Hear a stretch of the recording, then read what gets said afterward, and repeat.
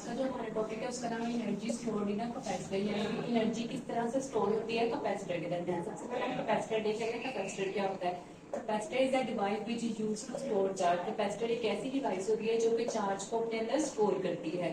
In other words, it is a device for storing electric potential because work is done to deposit charge on the plates. दूसरे लफ्जों में अगर हम ये कहें तो कैपेसिटर एक ऐसी डिवाइस होती है जो कि अपने अंदर इलेक्ट्रिक पोटेंशियल को स्टोर करता है, क्योंकि जो यहाँ पर वर्क डन हो रहा होता है वो इसलिए होता है ताकि प्लेट्स के ऊपर चार्ज को डिपॉजिट कराया जा सके। इलेक्ट्रिक पोटेंशियल भी एक एनर्जी की टाइप है, जैसे एनर्जी की बहुत सारी टाइप्स है, kinetic energy and potential energy. तो कैपेसिटर की एक डेफिनेशन ये हो गई कि सिंपली वो चार्ज को अपने अंदर स्टोर करता है। इसी तरह ये वो डिवाइस भी होती है जो कि इलेक्ट्रिक पोटेंशियल को स्टोर करती है ताकि जो उसके ऊपर वर्क डन हो रहा होता है वर्क डन क्या परफॉर्म कर सके, उसके चार्ज को उसकी प्लेट के ऊपर डिपॉजिट करवा सके। जब इसके ऊपर चार्ज के ऊपर डिपॉजिट करवा देंगे हम लोग प्लेट के ऊपर, इसको डिपॉजिट करवा देंगे प्लेट्स के ऊपर, तब क्या होगा? It increases the potential difference. तो जो प्लेट्स के दरमियान पोटेंशियल डिफरेंस होगा वो बढ़ जाएगा। यानी कि जिसमें आपने कल वाली डायग्राम में देखा था, तो यहाँ पर हमारे पास दो प्लेट्स थी, एक हमारे पास पॉजिटिव प्लेट थी, एक हमारे पास नेगेटिव प्लेट थी। इन दोनों के दरमियान क्या हुआ था? इलेक्ट्रिक फील्ड्स थी। इन दोनों के दरमियान का डिस्टेंस जो था वो d था और इसके दरमियान जो पोटेंशियल था वो कितना था? v। तो वो यही बात कह रहे हैं कि जो हमारे पास इलेक्ट्रिक पोटेंशियल जो है v जो है वो यहाँ पर क्या काम कर रहा है? चार्ज को प्लेट्स के ऊपर डिपॉजिट करवा रहा है। जब चार्ज जो है प्लेट्स के ऊपर डिपॉजिट हो जाएंगी तो ये क्या करेगा? इंक्रीज कर देगा पोटेंशियल डिफरेंस को, तो हमारा v जो है वो इंक्रीज होना शुरू हो जाएगा। अब हम लोग देख लेते हैं average potential difference. AVG show कर रहा है एवरेज को पोटेंशियल डिफरेंस। अब हम लोगों ने पोटेंशियल डिफरेंस निकाला है। डिफरेंस का मतलब है कि उसकी इनिशियल से फाइनल तक क्या होगी। जब हमारे पास ये जो प्लेट्स थी वो अनचार्ज थी, अनचार्ज से मुराद इसके ऊपर भी कोई भी साइन नहीं था ना इसके ऊपर था। ये जो दो प्लेट्स तो आपको नजर आ रही थी लेकिन इसके ऊपर कोई भी चार्ज नहीं था, ना इस पे पॉजिटिव था ना इस पे नेगेटिव था। जब हमारे पास जो प्लेट्स थी वो अनचार्ज थी, यानी कि उसके ऊपर कोई भी चार्ज नहीं था, तो हम लोग जो पोटेंशियल डिफरेंस का इनिशियल पॉइंट लेंगे वो क्या लेंगे? 0।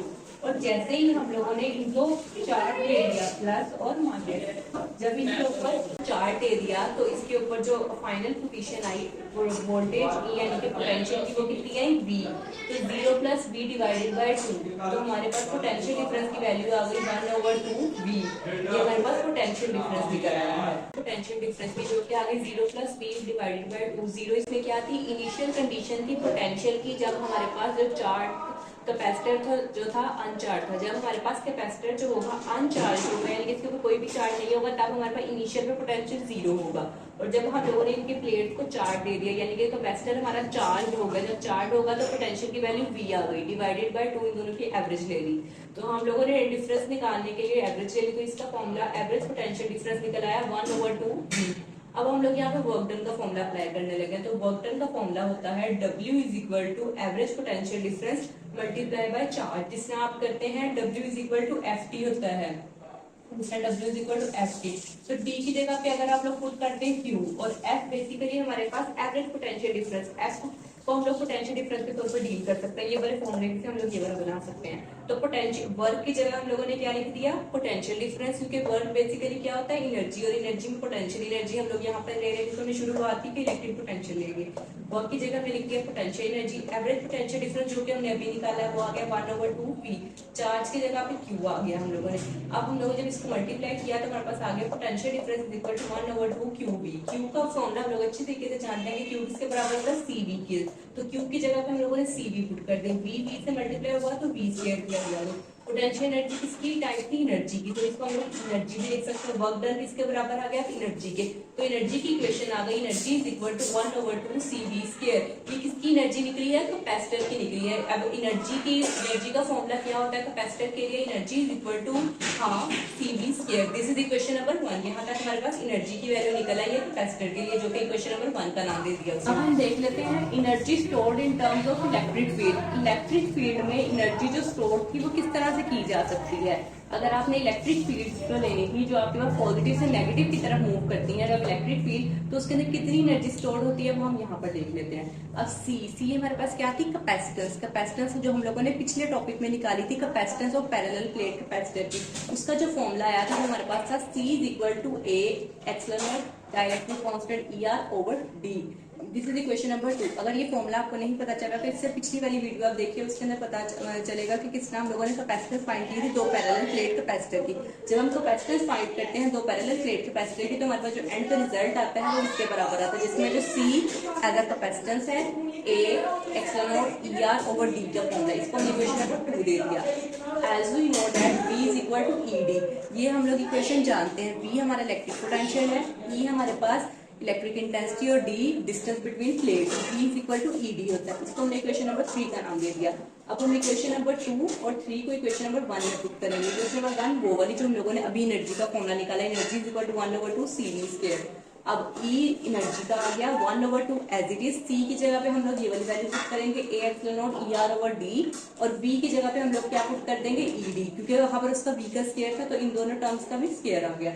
इसका जब स्क्वायर ओपन करेंगे ये बन गया E square over D square. अब यहाँ पर आपको ओवन में D नजर आ रहा है, एक D ऊपर वाले D से कैंसिल हो जाएगा, तो आपको जो नेक्स्ट इक्वेशन आ जाएगी E is equal to half epsilon naught dielectric constant E square AD।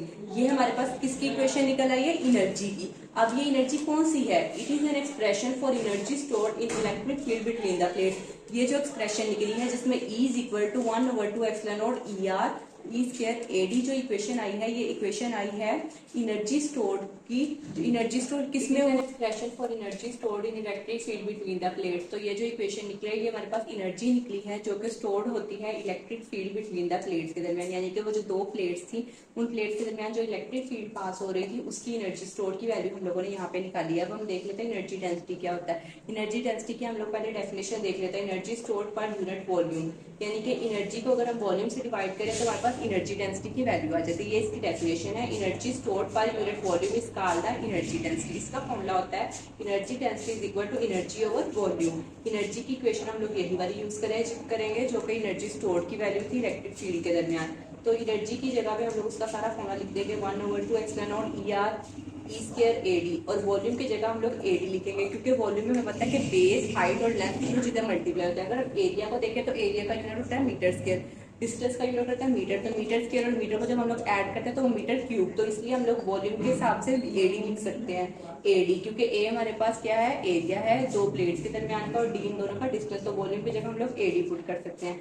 अब ऊपर वाली इक्वेशन यहाँ पर AD था और नीचे भी AD था, तो AD और AD हमारे पास कैंसिल हो जाएगा, तो हमारे पास जो एनर्जी डेंसिटी की इक्वेशन आई वो आई 1/2 epsilon naught ER E square. इसके लिए एक्सएल नॉट हमारे पास कौन? तो ये हमारे पास एनर्जी डेंसिटी का फॉर्मूला आ गया 1/2 epsilon naught ER E square. XL not क्या था हमारे पास? जब हम लोगों ने दो प्लेट्स के दरमियान वैक्यूम प्लेस करवाया, ER डाइलेक्ट्रिक कांस्टेंट जब हम लोगों ने मीडिया प्लेस करवाया था प्लेट्स के दरमियान, और E हमारे पास एनर्जी डेंसिटी का फॉर्मूला आ गया। E यानी कि इलेक्ट्रिक फील्ड को शो कर रहा है। यहाँ तक क्वेश्चन कंप्लीट हो गया।